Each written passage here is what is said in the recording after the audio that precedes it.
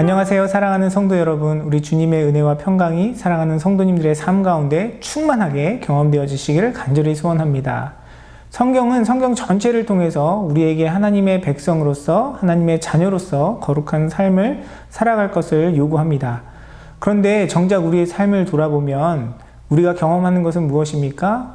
그 거룩한 삶에 대한 부르심에 늘 실패하고 또 그 가운데 좌절하고 또 낙심하는 우리의 모습을 발견하게 됩니다.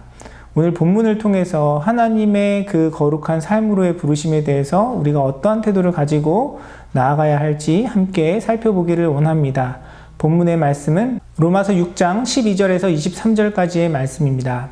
그러므로 여러분은 제가 여러분의 죽을 몸을 지배하지 못하게 해서 여러분이 몸의 정욕에 굴복하는 일이 없도록 하십시오. 그러므로 여러분은 여러분의 지체를 죄에 내맡겨서 불의의 연장이 되게 하지 마십시오. 오히려 여러분은 죽은 사람들 가운데서 살아난 사람답게 여러분을 하나님께 바치고 여러분의 지체를 의의 연장으로 하나님께 바치십시오. 여러분은 율법 아래 있지 않고 은혜 아래 있으므로 죄가 여러분을 다스릴 수 없을 것입니다. 그러면 어떻게 해야 하겠습니까? 우리가 율법 아래 있지 않고 은혜 아래 있다고 해서 마음 놓고 죄를 짓자는 말입니까? 그럴 수 없습니다. 여러분이 아무에게나 자기를 종으로 내맡겨서 복종하게 하면 여러분은 여러분이 복종하는 그 사람의 종이 되는 것임을 알지 못합니까? 여러분은 죄의 종이 되어 죽음에 이르거나 아니면 순종의 종이 되어 의에 이르거나 하는 것입니다. 그러나 하나님께 감사하는 것은 여러분이 전에는 죄의 종이었으나 이제 여러분은 전에 받은 교훈의 본의 마음으로부터 순종함으로써 죄에서 해방을 받아서 의의 종이 된 것입니다. 여러분의 이해력이 미약함으로 내가 사람의 방식으로 말하겠습니다. 여러분이 전에는 자기 지체를 더러움과 불법의 종으로 내맡겨서 불법에 빠져 있었지만 이제는 여러분의 지체를 의의 종으로 바쳐서 거룩함에 이르도록 하십시오. 여러분이 죄의 종일 때에는 의에 얽매이지 않았습니다. 여러분은 그때에 무슨 열매를 거두었습니까? 이제 와서 여러분이 그러한 생활을 부끄러워하지만은 그러한 생활의 마지막은 죽음입니다. 이제 여러분은 죄에서 해방을 받고 하나님의 종이 되어서 거룩함에 이르는 삶의 열매를 맺고 있습니다. 그 마지막은 영원한 생명입니다. 죄의 삭은 죽음이요 하나님의 선물은 우리 주 예수 그리스도 안에서 누리는 영원한 생명입니다. 오늘 본문 말씀 중에 여러분은 어떤 구절들이 눈에 들어오십니까? 오늘 본문 말씀 중에도 하나님께서 우리에게 거룩한 삶으로 부르시는 여러 가지 내용의 말씀들이 있습니다. 12절에 보면 여러분은 죄가 여러분의 죽을 몸을 지배하지 못하게 해서 여러분이 몸의 정욕에 굴복하는 일이 없도록 하십시오. 라고 말씀하고 있고요. 13절에는 그러므로 여러분은 여러분의 지체를 죄에 내맡겨서 불의의 연장이 되게 하지 마십시오. 이렇게 이야기하고 있습니다. 또한 19절에도 이제는 여러분의 지체를 의의 종으로 바쳐서 거룩함에 이르도록 하십시오. 라고 이야기하고 있습니다. 이런 말씀을 들으면 굉장히 부담스럽습니다. 그리고 고민하게 되죠. 성경은 분명히 우리의 삶 가운데 하나님께서 원하시는 그런 거룩함에 대해서 이야기하고 있는데 우리는 항상 그 거룩함에 미치지 못하는 우리의 모습을 발견하게 됩니다. 그리고 지금 현재의 모습뿐만 아니라 우리가 과거에도 이 거룩함에 대한 부르심에 대해 많은 말씀들을 들었고 많은 도전을 받았고 또한 그 가운데 수없이 결단하고 노력하고 애써봤지만 결국 우리에게 남는 것은 무엇입니까? 우리는 그 말씀 앞에 늘 좌절하고 실패하는 우리의 모습을 발견하게 됩니다. 우리는 그 거룩한 삶으로의 부르심에 앞서서 먼저 우리의 그런 변화, 거룩한 삶의 변화가 무엇으로부터 시작되는지 살펴볼 필요가 있습니다. 성경은 우리의 행동이 우리의 마음으로부터 시작된다라고 이야기하고 있습니다. 우리가 함께 묵상하고 있는 로마서에도 보면 그런 표현들이 많이 있는데요. 로마서 1장에 보면 죄악 가운데 있는 사람들의 상태에 대해서 이야기하고 있는데요. 그들에 대해서 바울은 묘사하기를 그들이 지각 없는 마음이 어두워졌다라고 이야기하고 있고요. 또한 그 사람들의 마음의 정욕대로 행하는 상태라고 이야기하고 있습니다. 그리고 로마서 2장에도 그런 사람들의 상태에 대해서 마음이 완고하여서 회개할 마음이 없다라고 이야기합니다. 바울이 이야기하고 있는 하나님의 심판 앞에 설 수밖에 없는 그 인간의 상태의 문제가 무엇이었습니까? 그들의 악행이 문제가 아니었습니다. 그들의 악한 행위가 문제가 아니라 그 악한 행위를 할 수밖에 없는 그들의 마음의 상태가 문제였던 것이죠.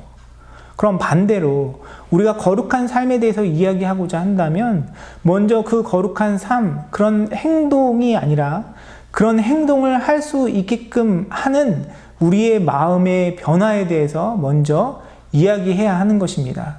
그래서 저는 오늘 우리가 본문을 통해서 가장 중요하게 살펴봐야 할 단어는 12절에 제일 처음에 나와 있는 그러므로 라는 단어라고 생각이 됩니다. 바울은 하나님께서 우리를 그 거룩한 삶으로 부르심에 대해서 이야기하고 있는데 그 거룩한 삶의 부르심은 바울이 앞에서 이야기하고 있는 그 마음의 변화, 우리의 심령 가운데 부어주시는 하나님의 크고 놀라운 사랑과 은혜를 이야기하지 않으면 결코 우리에게 경험되어질 수 없다라는 사실을 우리는 깨달아야 합니다. 로마서 5장 5절은 이렇게 이야기합니다. 하나님께서 우리에게 주신 성령을 통하여 그의 사랑을 우리 마음속에 부어주셨기 때문입니다. 라고 이야기합니다. 우리가 거룩한 삶을 살아갈 수 있는 이유는 우리 자신에게 있지 않습니다. 우리의 노력과 우리의 결단과 우리의 헌신과 우리의 수고가 아니라 우리가 그 삶을 살아갈 수 있는 이유는 바로 하나님께서 성령을 통해서 우리의 마음 가운데 하나님의 사랑을 부어주셨기 때문입니다. 오늘 본문 17절에서도 동일한 이야기를 하고 있습니다. 그러므로 하나님께 감사하는 것은 여러분이 전에는 죄의 종이었으나 이제 여러분은 전에 받은 교훈의 본의 마음으로부터 순종함으로써 죄에서 해방을 받아서 의의 종이 된 것입니다. 우리가 거룩한 부르심에 순종한다는 것은 우리의 마음에서부터 시작됩니다. 우리의 마음이 변화를 받아야 하는 것입니다.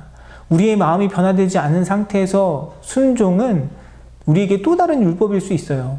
내 마음이 주님을 향하지도 않고 내 마음이 주님의 사랑으로 채워지지 않은 상태에서 우리가 어떤 종교적인 열심으로 교회에 봉사하고 선한 일들을 하면 뭐합니까? 변화되지 않는 마음으로 그런 행위들을 하니까 그것이 나의 의가 되고 교만이 되어서 내 기준으로 다른 사람을 판단하고 정죄하게 되는 거예요. 그러므로 우리가 거룩한 삶을 이야기하기 전에 우리의 심령의 변화에 대해서 먼저 관심을 가져야 합니다. 우리 안에 부어주신 예수 그리스도의 사랑이 우리의 마음 가운데 부음받아지고 우리의 마음에 부어진 그 하나님의 사랑이 우리를 변화시키시고 우리를 새롭게 하시는 것입니다. 그 은혜 가운데 우리 안에 역사하시는 성령의 능력으로 말미암아 우리가 변화된 삶을 살아갈 수 있는 것입니다. 그런데 왜 우리의 삶에는, 왜 하나님 앞에 신앙생활하고 믿음을 고백하는 우리의 삶 가운데는 그런 변화가 나타나지 않을까요? 저는 크게 두 가지 이유가 있다고 생각합니다. 첫 번째는 애시당초 우리에게 그런 변화가 없었던 거예요. 우리의 마음의 변화가 없었던 겁니다.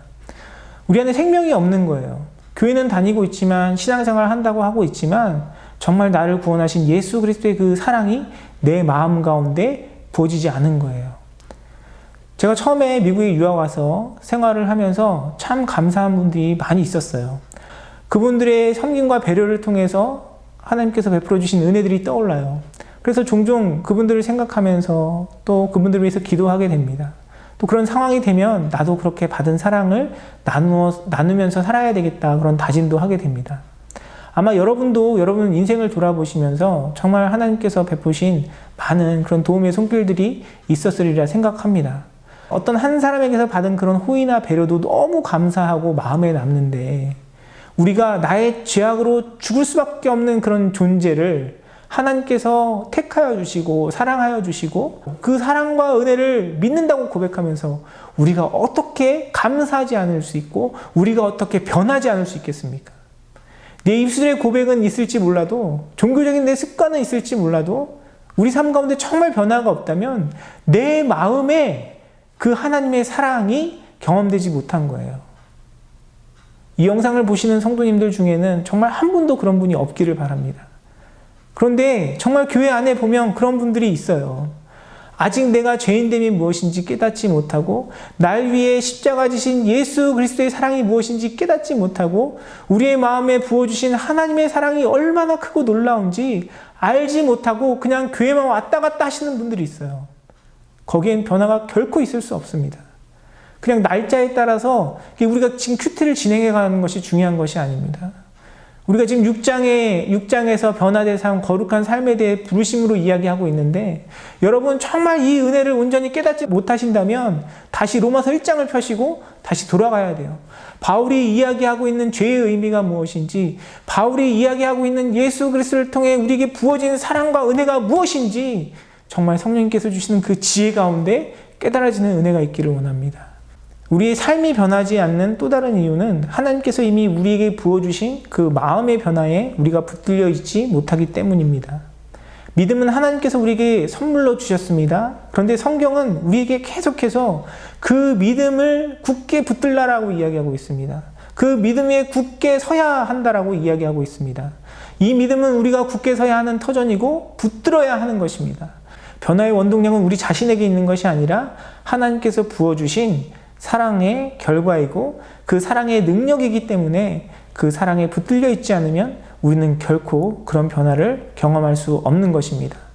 다른 말로 하면 그것이 하나님과의 온전한 관계 가운데 있는 것이고 예수 그리스도 안에 있는 것이고 그것이 성령 충만한 것이고 그것이 예수 그리스도와 동행하는 삶입니다. 그래서 바울은 우리의 삶에 대해서 이야기하면서 그리스도인의 정체성에 대해서 이야기합니다. 14절에 보면 죄가 여러분을 다스릴 수 없을 것입니다 라고 이야기하고 18절에도 죄에서 해방을 받아서 의의 종이 되었다라고 이야기하고 있습니다. 22절에도 거룩함에 이르는 삶의 열매를 맺고 있다라고 이야기합니다. 죄가 우리를 다스릴 수 없게 하라고 이야기하고 있지 않고요. 죄가 우리를 다스릴 수 없다라고 이야기하고 있습니다. 우리가 의의 종이 되기 위해서 힘쓰고 애쓰고 노력하라고 이야기하고 있지 않고요. 예수 그리스도를 통해서 우리가 죄에서 해방을 받아서 의의 종이 되었다라고 이야기하고 있습니다. 거룩함에 이르는 삶의 열매를 맺어라가 아니라 바울은 우리의 삶 가운데 거룩함에 이르는 삶의 열매가 맺혀지고 있다고 선포하고 있는 것입니다. 우리가 하나님의 은혜 가운데 거룩한 삶을 살아가는 것은 우리 안에서 우리의 노력과 결단으로 이루어지는 것이 아닙니다. 우리에게 부어주신 하나님의 은혜, 하나님의 사랑, 그 사랑과 은혜로 말미암아 우리의 마음이 변화받음을 통해서 우리 삶 가운데 나타나는 열매인 것입니다. 결국은 변화를 위해서는 변화의 원동력이 되신 우리 주님께 붙들려 있어야 합니다. 이미 우리를 새롭게 하시고 우리 안에 베풀어 주신 주님의 그 사랑과 은혜에 붙들려 있을 때 우리는 변화를 경험하게 되는 것입니다. 주님과 더 친해지셔야 합니다. 주님과 더 가까워지셔야 합니다. 단순히 성경 읽고 예배 잘 드리고 기도 열심히 하고의 차원이 아니라 정말 주님께서 내 마음을 고쳐주시고 새롭게 하시고 변화시켜 주시기를 갈망하는 마음으로 주님을 사모하셔야 해요. 그래야 우리는 진정한 변화를 경험할 수 있는 것입니다. 여러분 지금 여러분의 모습 가운데 하나님께서 기뻐하시는 그런 거룩의 모습이 보이지 않아서 그 일 가운데 실패해서 안타까워하고 계시다면 지금 여러분은 너무나 좋은 출발점에 서 계신 겁니다. 제 주변에 보면 너무나 감사하게도 주님 닮기를 힘쓰시고 또 예수 그리스도를 닮아가는 그런 삶을 이루어가시는 많은 분들이 있습니다. 근데 그분들과 교제하다 보면 그 어떤 한 분도 신앙생활을 하려면 나 정도는 해야지, 목회를 하려면 이렇게 열심히 해야지 이야기하시는 분은 한 분도 없어요. 하나같이 본인의 연약함을 말씀하시고요. 섬김의 부족함을 말씀하시고 또 하나님의 은혜를 이야기하십니다. 우리는 늘 하나님의 그 거룩하심 앞에 연약함을 고백할 수밖에 없는 부족한 존재들입니다. 그런데 그 고백 가운데 주님을 구하고 주님을 찾고 주님과 교제하면 하나님께서 우리 안에 역사하셔서 우리의 마음을 새롭게 하신 그 하나님께서 우리로 하여금 하나님의 그 거룩을 이루며 살아갈 수 있는 힘과 능력을 공급하여 주실 줄 믿습니다. 우리의 마음은 늘 주님 앞에 연약함을 고백하지만 우리가 그 연약함을 주님 앞에 들고 나아가며 주님의 은혜를 구하면 아마 여러분 주변에 있는 지체들의 눈을 통해서 그들의 고백을 통해서 여러분 삶 가운데 역사하시는 여러분의 삶 가운데 거룩을 이루어가게 하시는 여러분 삶 가운데 열매 맺게 하시는 하나님의 능력을 경험하게 될 것입니다. 사랑하는 성도 여러분, 하나님께서 말도 안 되는 형언할 수 없는 그 크고 놀라운 사랑을 여러분 마음 가운데 부어주셨습니다.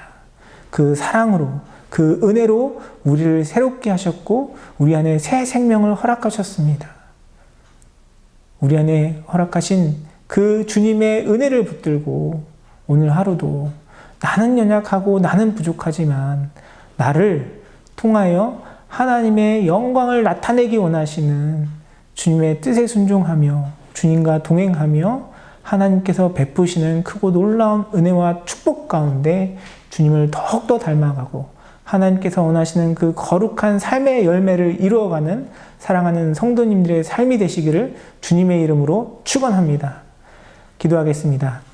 사랑과 은혜가 풍성하신 아버지 하나님, 주님의 은혜에 찬양과 영광과 감사를 올려드립니다. 하나님, 우리는 너무나 작고 연약하지만 주님께서 그 은혜 가운데 우리를 불러주셨듯이 우리의 삶 가운데도 하나님의 그 거룩함을 이루어갈 수 있는 능력을 나타내 주시옵소서. 하나님, 그래서 정말 우리 삶을 통하여 오직 주님께 기쁨이 되고 주님의 영광을 올려드리며 하나님의 손과 발이 되어서 이 땅 가운데 주님께서 행하시는 그거 놀라운 아름다운 그 사역에 귀한 도구로 쓰임받는 우리 모든 성도님들의 삶이 될 수 있도록 주님께서 축복하여 주시고 함께하여 주시옵소서. 감사드리며 모든 말씀 우리 주 예수 그리스도의 이름으로 기도드리옵나이다. 아멘.